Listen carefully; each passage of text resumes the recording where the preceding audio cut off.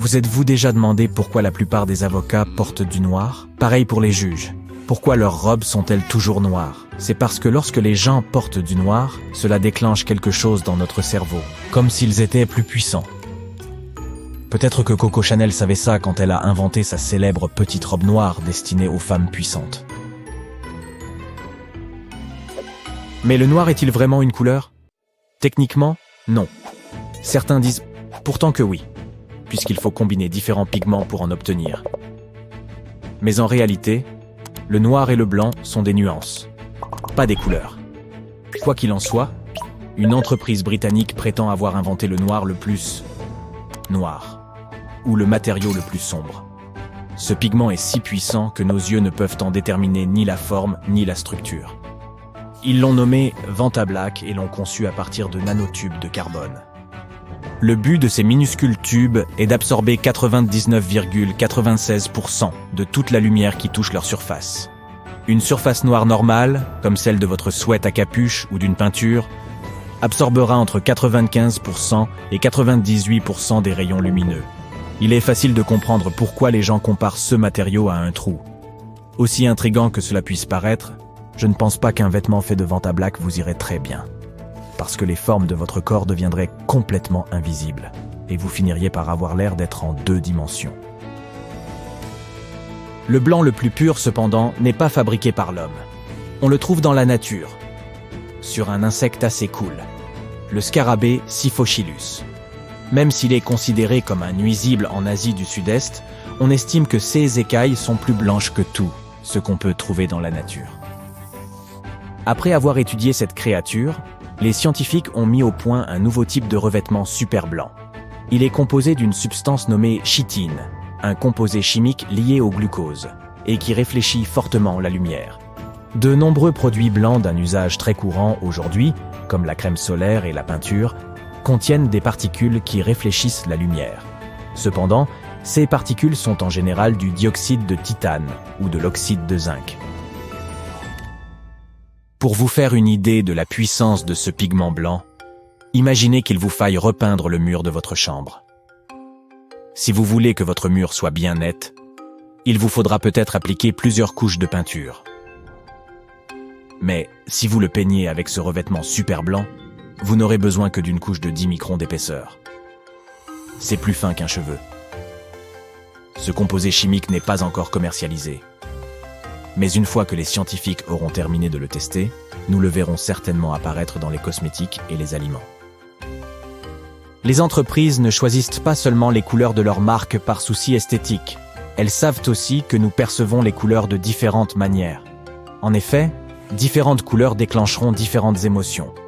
Certaines entreprises utilisent du rouge pour leur logo car cela crée un sentiment d'urgence.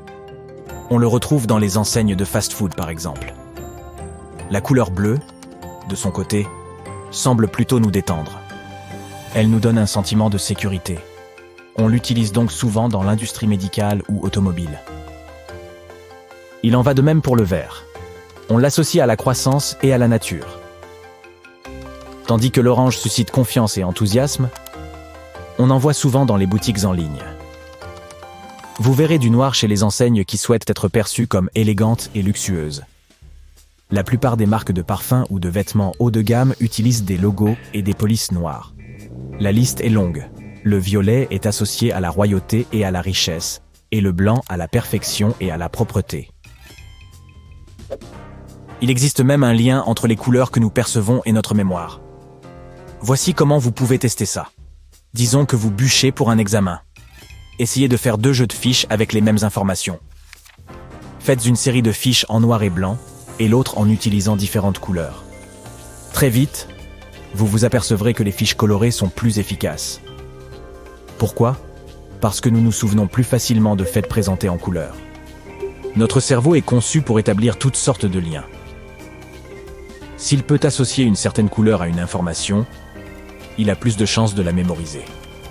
Vous pouvez aussi faire cette expérience avec une vidéo. La première fois en noir et blanc, notez le nombre de détails dont vous vous souvenez après l'avoir regardée. Si vous la regardez une deuxième fois, mais en couleur, vous aurez plus de chances de vous souvenir des détails. La prochaine fois que vous montez dans un avion, Jouez à ce petit jeu avec vos amis. Demandez-leur de relever les objets jaunes qu'ils voient. Les vêtements ou les affaires des gens ne comptent pas, seulement ce qui appartient à l'avion même. Je vais vous révéler un petit secret. Vous n'en verrez aucun. Parce que la plupart des compagnies aériennes n'utilisent pas de jaune pour leur marque et leur décoration. Si vous fixez la couleur jaune assez longtemps, vous comprendrez pourquoi. Vous remarquerez vite qu'elle vous donne le vertige. Pas étonnant que les compagnies aériennes ou d'autres types de compagnies de transport évitent le jaune. C'est pour éviter que les gens ne se sentent malades à bord. Tout le monde a une couleur préférée. Essayez de penser à la vôtre. Il y a de fortes chances que ce soit le bleu. J'ai raison. N'ayez crainte, je ne suis pas magicien. Il ne s'agit que de statistiques. Dans tous les pays et cultures, le bleu est reconnu comme la couleur préférée la plus courante. C'est sans doute parce qu'il suscite en nous un sentiment de calme et de tranquillité. La deuxième couleur la plus aimée est le violet. Ensuite vient le noir, même si nous avons établi que, techniquement, c'est seulement une nuance. Nous savons que Mars est la planète rouge. Mais d'où vient cette teinte? Elle est recouverte d'une substance appelée oxyde de fer. Cette substance est également présente dans nos corps. C'est le composé chimique qui donne à notre sang sa teinte caractéristique. Vous savez, quand vous êtes assis dans une pièce éclairée depuis un moment et qu'on éteint soudainement les lumières, l'ombre grise que vous percevez une fraction de seconde porte un nom, Eigengros. Certains l'appellent aussi le gris du cerveau. Et ça se traduit par gris intrinsèque, ou gris propre, ou personnel. Il se peut même que les couleurs affectent le goût de nos aliments. Selon certaines études, si vous mangez le même plat dans des bols ou des assiettes de différentes couleurs, il aura un goût différent. On a fait l'expérience avec du chocolat chaud. Les participants se sont vus servir ce breuvage dans 4 tasses différentes, une blanche, une crème, une rouge et une orange. On ne leur a pas dit qu'ils buvèrent la même chose à chaque fois. On leur a simplement demandé de dire quelle boisson ils préféraient. Presque tous les participants ont répondu que le chocolat des tasses orange et crème était le meilleur. À notre naissance, nous percevons le monde en noir et blanc, avec quelques nuances de gris. Ce n'est que vers l'âge de 5 mois que nous commençons à percevoir toute l'étendue du spectre. Mais quelle est la première couleur que nous voyons? Le rouge! Voilà pourquoi les jouets pour nourrissons sont souvent rouges. Les chiens ont encore plus de problèmes pour distinguer les couleurs. Contrairement à l'œil humain, qui perçoit des combinaisons de rouge, de bleu et de jaune, l'œil d'un chien ne voit que des nuances de bleu et de jaune. Si vous voulez que votre toutou s'intéresse à ces jouets, choisissez-en des bleus et des jaunes. La couleur de votre voiture a aussi une influence sur votre sécurité.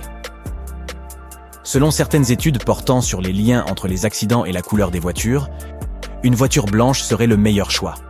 Elle aurait moins de chances de se retrouver dans un accident. La couleur la plus dangereuse serait le noir, et c'est assez évident. On remarque moins une voiture noire lorsque la météo est mauvaise.